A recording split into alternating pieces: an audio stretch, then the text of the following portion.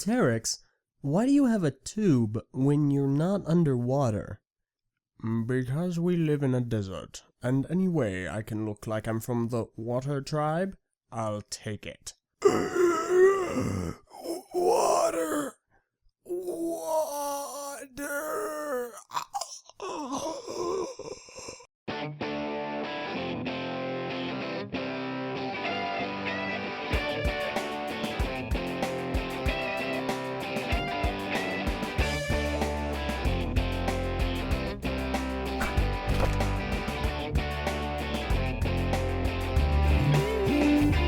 Hello everyone and welcome to the Recap Review. Today we're going to be taking a look at set number 8981, Tarix. The set contains approximately 57 pieces, was released in the winter of 2009, and during time of release was approximately $13.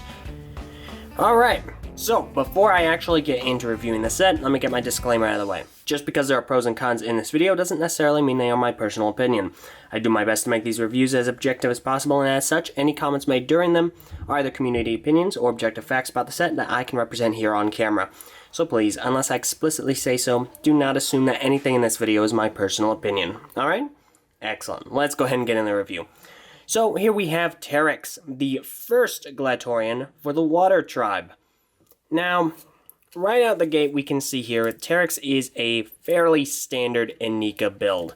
Not a lot of people are very happy about that because there's not a whole lot of innovation here with this. LEGO did not do anything to really change that initial concept. So to some, the build is actually quite boring. It's just what we've had for the last roughly 3 or so years. On the bright side, however, we do have some new recolors. We do have the Enika knee armor in gold, as well as the shoulder armor in gold, and this is the pearl gold. Additionally, we also have the feet in matte blue, and these new hand pieces. Technically, that's a new piece and a new recolor. The new hand piece in matte blue as well. So speaking of new pieces, we actually do have quite a few.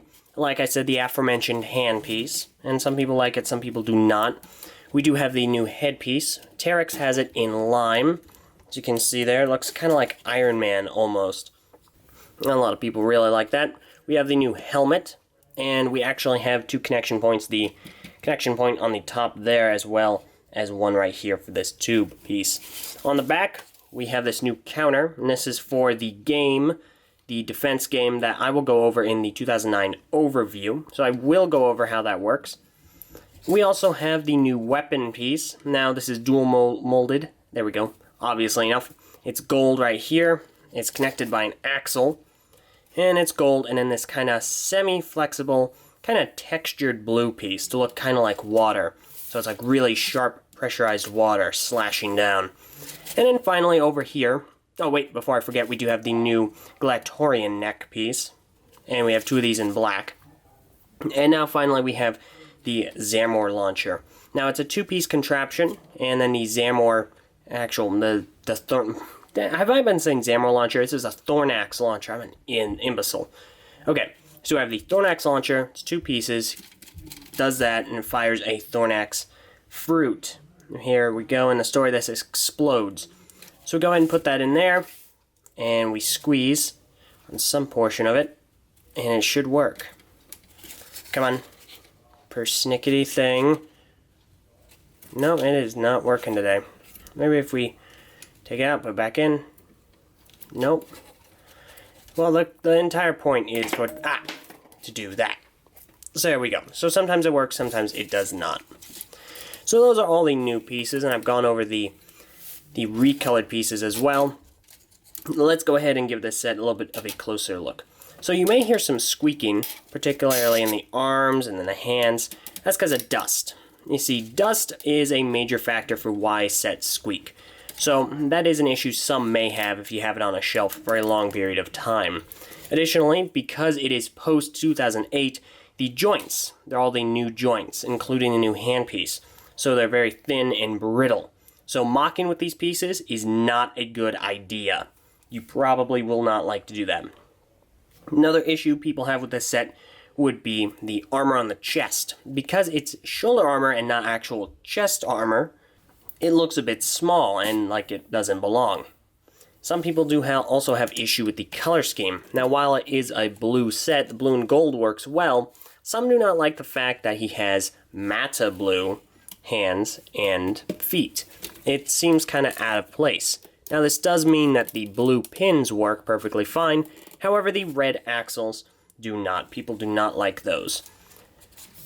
However, the color scheme for the most part, sans the hands and feet, does work. It's a nice navy blue along with a striking bright gold. It's actually a color scheme we've seen previously in Bionicle, specifically to name one, Brutaka. Another thing people do not really like about Tarix would be the shoulder spikes. Not necessarily because they do anything wrong, but because they can be a little bit of a pill when it comes to moving the set around. If you want to play with the set, swing it around, whoosh, and fight with other Glatorian, it's easy to knock these off. So you got to be very careful about where these are, because these are supposed to be there. Additionally, if you're a little bit OCD and you really are concerned about where they are, positioning them will be a little bit of a pill. But as far as Tarix's overall stance, he's solid. While he is a standard Anika build, he's also a standard Anika build. And those are generally the ideal, the standard for these kinds of sets. He's got the standard points of articulation, 3 in the legs, 3 in the arms, 1 in the head. However, he additionally has 1 over here on his weapon. And his stature is generally what you'd expect, so the posability is rather fine. Some people may not like the tube here and how it kind of follows him around, but it's not all that restrictive, so you shouldn't have too much of an issue with it. The weapons are cool. People really do like the new weapons, and they like the color scheme and how it works with them. Some may argue that these do not fit in with the color scheme since they're a completely different blue that isn't used on any piece. However, others may argue, well, it's an element, it's part of the weapon, it's water that has become so pressurized it can cut through things, so that's why he's using it as a weapon. Others may like and dislike where this is. Now, because it is not on the hand, it has to be on the weapon, and so it does have all that extra articulation. However, some may not like that it's kind of floating there, and so they don't have a really good reason as to why he is able to shoot it. Oh, whoopsie daisy. And finally, the helmet. People actually really do like the helmet. It's very in line with the character, very streamlined. It kind of looks like it has fins, which works because Tarix is from the Water Tribe. So overall, Tarix is rather standard. There's not a whole lot of exceptional things to him. He has the standard points of articulation, the standard points of mobility, and posability, with a lot of new recolors and new pieces. So the mocking potential with the parts in this set is actually quite high. However, if you're looking for a really innovative build and something new and creative and just really exciting and awesome, you probably will not find it here with Tarix. One final thing as far as posability is concerned that people are not very happy about would be these hand pieces here. Because they're not like the normal Bionicle hand piece, like this one right there, it's not ambiguous as to how the hand is being held or what it looks like at the time. Because it looks like more like one of our hands, you can't actually bend it that way all that much. And anything else like this looks really awkward. So people don't like that. However, it is also a hand with actual fingers, so the look is conveyed properly. So that's Tarix. He's nothing out of this world, but he certainly isn't below average. Most people would say he's probably, middle ground. So what do you guys think about Tarix? Do you like Tarix? Do you think he's a good Glatorian? Or would you prefer the second Glatorian of the Water Tribe? Feel free to let me know either in the comments below or on the TTV message boards at board.ttvpodcast.com. Join me next week when I look over the first Glatorian of the Ice Tribe. That's right, next week I'm going over Strack. Thank you all very much for watching, and we'll see you all next time.